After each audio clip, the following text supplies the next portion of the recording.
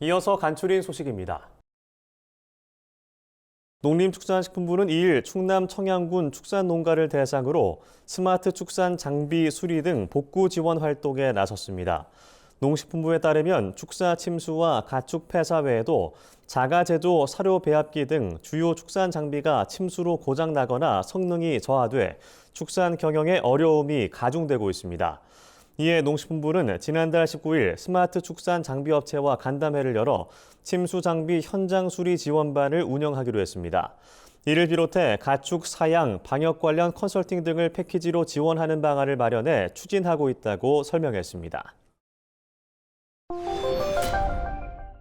충북 증평군이 특별 재난지역 지정을 정부와 충북도에 건의한다고 밝혔습니다. 군에 따르면 집중호우로 인한 재산 시설물 피해는 지난달 31일 기준 약 50억 원 상당으로 잠정 집계됐습니다. 군은 이 같은 피해액이 국고지원 대상 기준인 32억 원 이상, 읍 또는 면 기준 8억 원 이상으로 재난지역 선포 기준을 초과한다는 입장입니다.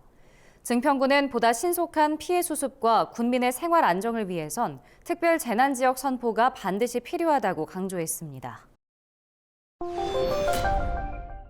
충남 전역에서 농작물에 피해를 입히는 미국 흰 불나방이 급증해 방제 활동이 시급한 것으로 나타났습니다. 충남도 농업기술원에 따르면 최근 과수류 등의 잎을 갉아먹는 미국 흰 불나방의 2세대 성충 발생량이 급증했습니다. 현재 도내에서 확인된 미국 흰 불나방의 발육 단계는 1에서 3령충으로 8월 상순이 방제 적기입니다. 충남도 농기원은 농작물만 방제해서는 피해를 줄일 수 없고 가로수와 인근 야산의 수목류도 함께 방제해야 한다고 당부했습니다. 전남 담양군에서 생산하는 쌀이 네덜란드와 체코에 이어 프랑스에 진출합니다.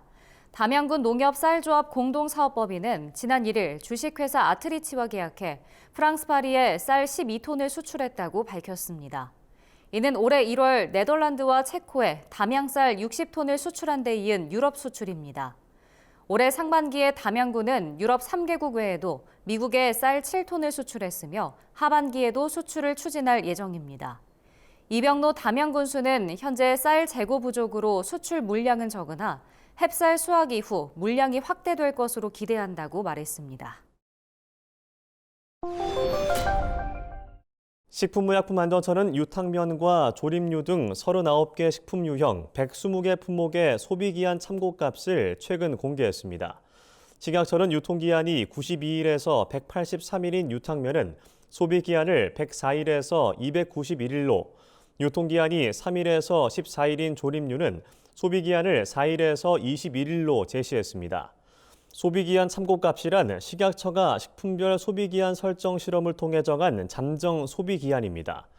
유통기한 표시를 대체하는 과정에서 직접 소비기한 설정 실험을 하기 어려운 영세업자나 중소기업을 위해 식약처가 참고값을 제공하는 것입니다. 영업자는 참고값 범위 내에서 제품의 소비기한을 정할 수 있습니다. 경남 창원시는 여성 농민의 문화복지 활동을 돕기 위해 바우처 지원 사업을 시행한다고 최근 밝혔습니다. 올해 바우처 지원 금액은 연간 20만 원으로 지난해 13만 원보다 상향 조정됐습니다.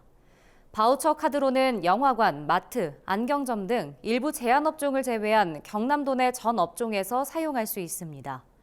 지원 대상은 창원 농촌 지역에 살면서 영농에 종사하는 만 20세 이상 75세 미만의 여성농입니다. 창원시는 올해 바우처 지원 대상자로 2,823명을 최종 선정했습니다. 이 가운데 2,340명에게 이달 중 1차로 바우처를 지원하고 추가 예산을 확보해 나머지 483명에게도 지급할 계획입니다.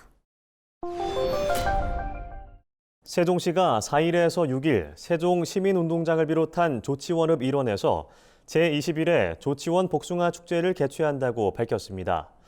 이번 축제는 수해 피해 농가를 위한 문화행사를 자제하는 대신 판촉행사 중심으로 진행되며 NH농협이 주관하는 복숭아 판매전이 세종시민운동장에서 열립니다.